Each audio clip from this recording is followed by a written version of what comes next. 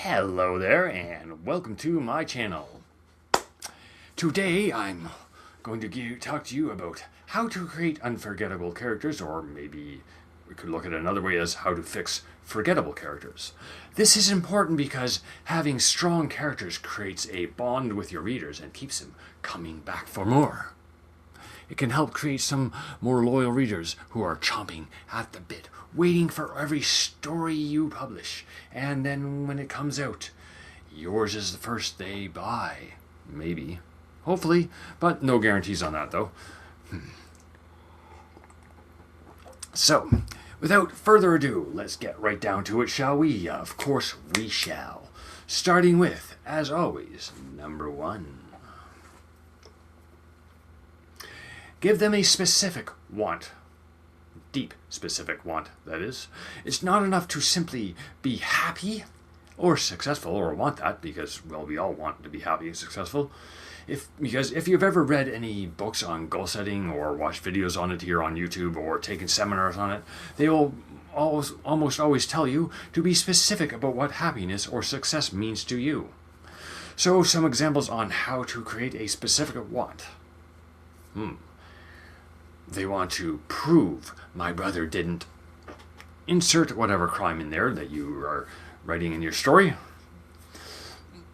Or B, make enough money to disappear or prevent my house being foreclosed on. And they never want to feel powerless again. This creates story momentum. I did a video on character wants a while ago. You can check that out in the description or in the end cards when it comes up eventually at the end of the video. Number 2, give them a contradiction. Contradictions create complexity and more fun characters to write and to read. This could be something like a violent mob enforcer who rescues stray animals and is playful with kittens. And after all, who would hurt a kitten unless they're a coyote or something like that? Another criminal who also refuses to steal from the elderly. These are 2 examples for criminals. For a law enforcement character, maybe you could have a detective who, while he claims to value honesty, he lies to get what he wants from others. 3, wound them, but don't have that wound define them. Every character, at least the major ones, needs a backstory and a character wound that has happened to them in their previous life before the story happened. And often this is a trauma, the backstory can be. This is common because in real life, well, we've all had some bad things happen to us, and realistically, some of us have had it worse than others. But how a character copes with it is what will make them unique and unforgettable.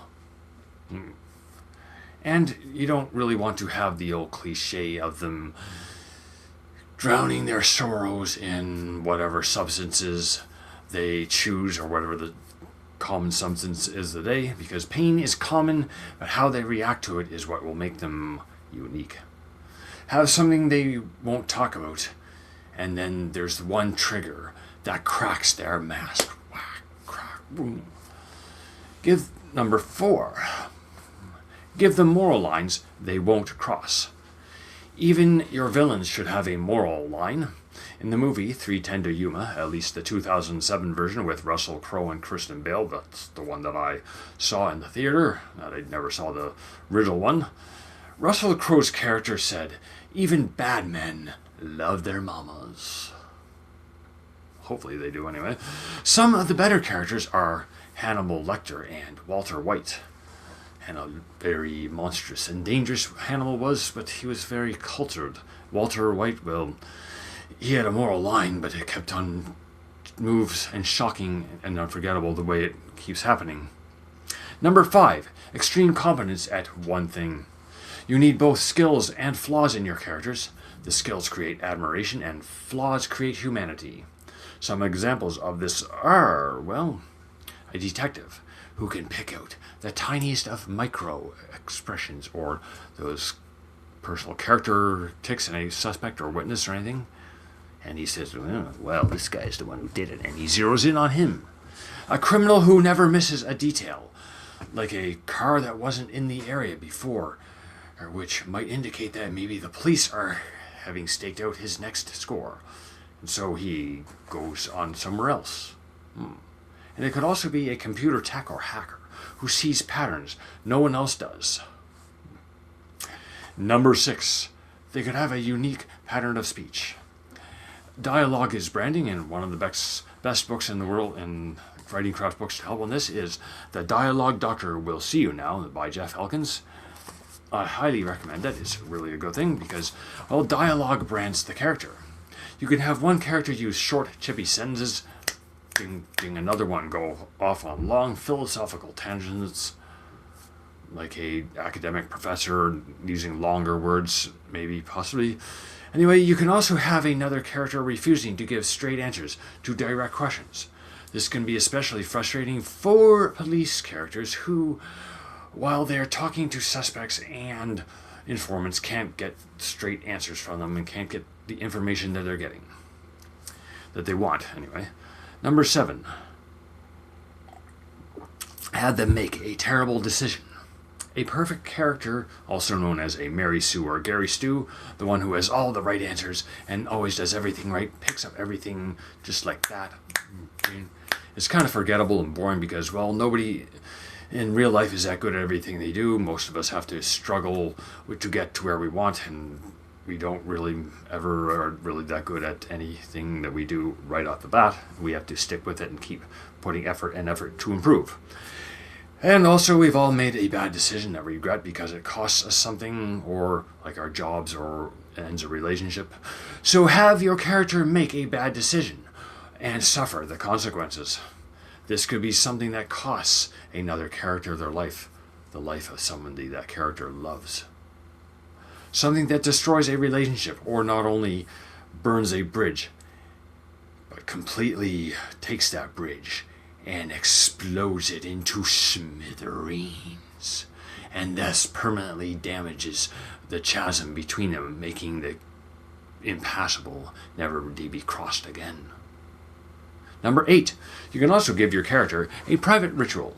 Repeated behaviors, even if they are small, can be memorable and stick in readers' minds. This could be something goofy, like a cop who always checks his hair before he goes to interview a suspect or witness. Gotta make it look really sexy for the ladies, doesn't he? Maybe they fold their money in a specific way, almost turning into like origami type thing, and or maybe they're a neat freak and they're always making sure everything has been wiped with a disinfectant wipe before they touch it. Number 9.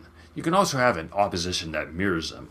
The best rival characters reveal something internal for each character. The rivals reveal something about themselves. This could be something like Sherlock Holmes and Professor Moriarty, Batman and the Joker, or maybe even Captain Picard and Q.